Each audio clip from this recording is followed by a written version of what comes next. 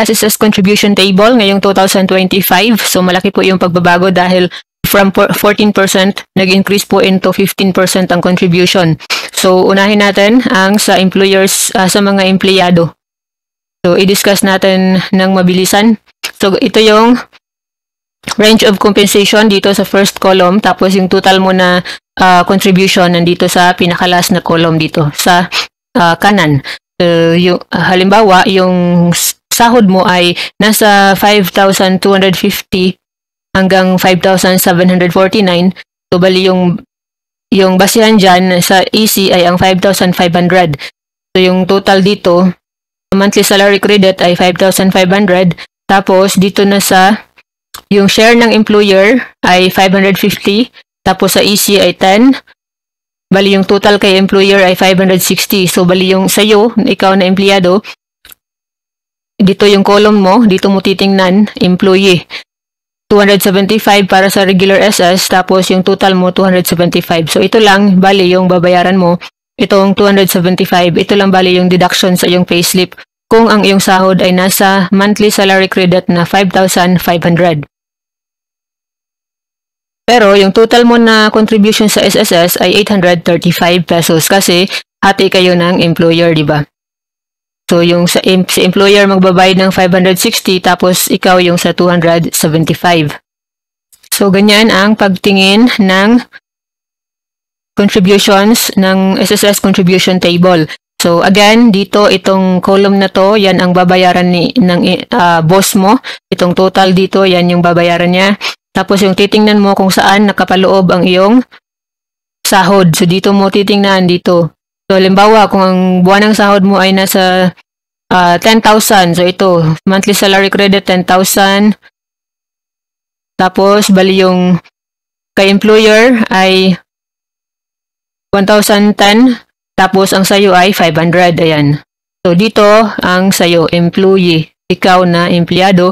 Bali ito lang dito yung column, yung titingnan mo na magiging deduction dapat sa iyong payslip. So punta tayo kay voluntary members, yung mga nagbo-voluntary. So ang voluntary members ay parehas lang ng rate sa spouse members, yung sa mga asawa ng SS member.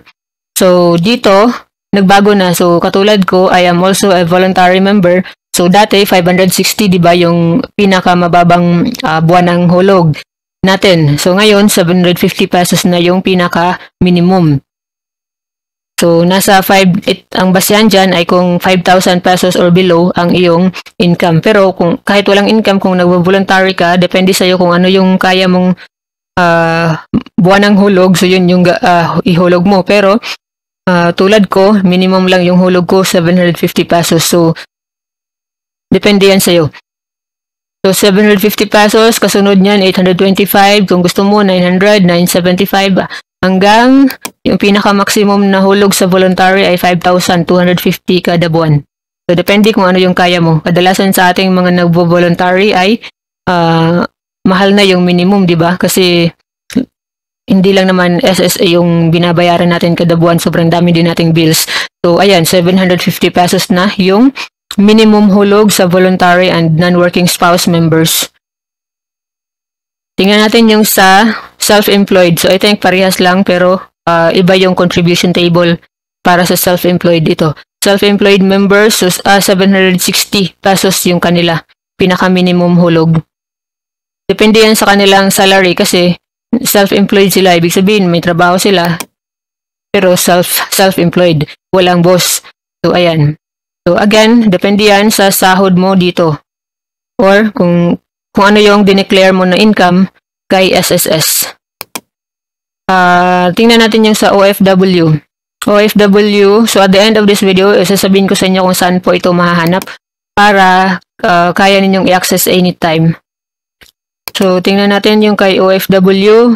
So, dito sa Overseas Filipino Worker Members ngayong January 2025, yung minimum hulog ay 1,200 pesos kada buwan. So, ang basihan dyan kung 8,000 yung sahod mo. Below 8,000 pesos. Ayan. So, 1,200. So, pang regular SS lang lahat ng yan. Tapos, ano pa? So, saan ito mahahanap? I-search nyo lamang itong sa itaas. So, i-type nyo lang SSS. So, type natin SSS Contribution Table 2025. Nandito na sa aking history. So, SSS Contribution Table, ganyan. Click nyo lang yan. Makikita nyo na kaagad ang PDF file ng... Ay, mali. Sorry, hindi yan yung na-click natin. Nasaan na yun? Siguraduhin ninyo na yung mahahanap ninyo ay yung sa website mismo ng SSS. Pwede din naman yung ibang mga website, pero minsan hindi natin sigurado kung legit. So, ito, sss.gov.ph, contribution table, PDF. So, yan. Hindi ko na mahanap. Sandali. I think ito. Dito tayo magkiklik pala. Sorry. So, search nyo lang SSS Contribution Table 2025. Hanapin niyo ito. Siguraduhin niyo na website ng SSS. Ito, www.sss.gov.ph. Tapos, mahanap nyo dito, Contribution Table. So, search nyo, i-click nyo yung Contribution Table mismo. So, lalabas na itong PDF file ng Contribution Table. So, lahat nandito. So, lahat nandito. Ayan. Total of 5 pages to. Sa mga kasambahay nga po pala, tingnan natin yung sa mga kasambahay po natin kasi 'di ba mandatory na dapat may SSS din sila. So, ayan, household employees, kasambahay. So, share din, hati din yung empleyado, yung amo at saka yung empleyado. So, yan yung advantage kung employed tayo kahit kasambahay dahil may kahati tayo sa paghulog. So, dito, makikita natin yung minimum ay 160 pesos.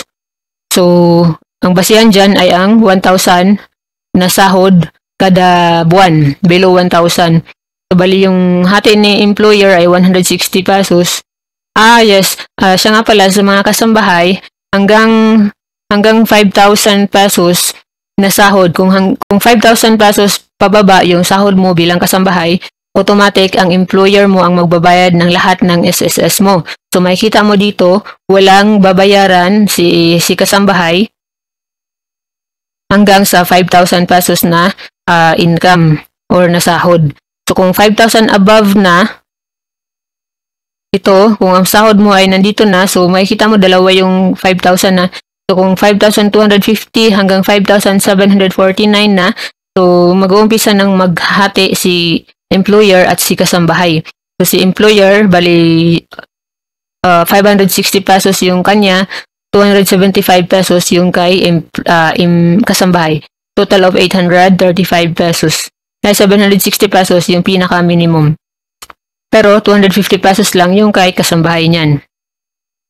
So, ayan. So, sana nakatulong po sa inyo ang video na to. Updated contribution table ng SSS ngayong 2025. Huwag kalimutang mag-like and subscribe para palaging updated sa ating mga panibagong videos na maaaring kakailangan ninyo rin po in the future.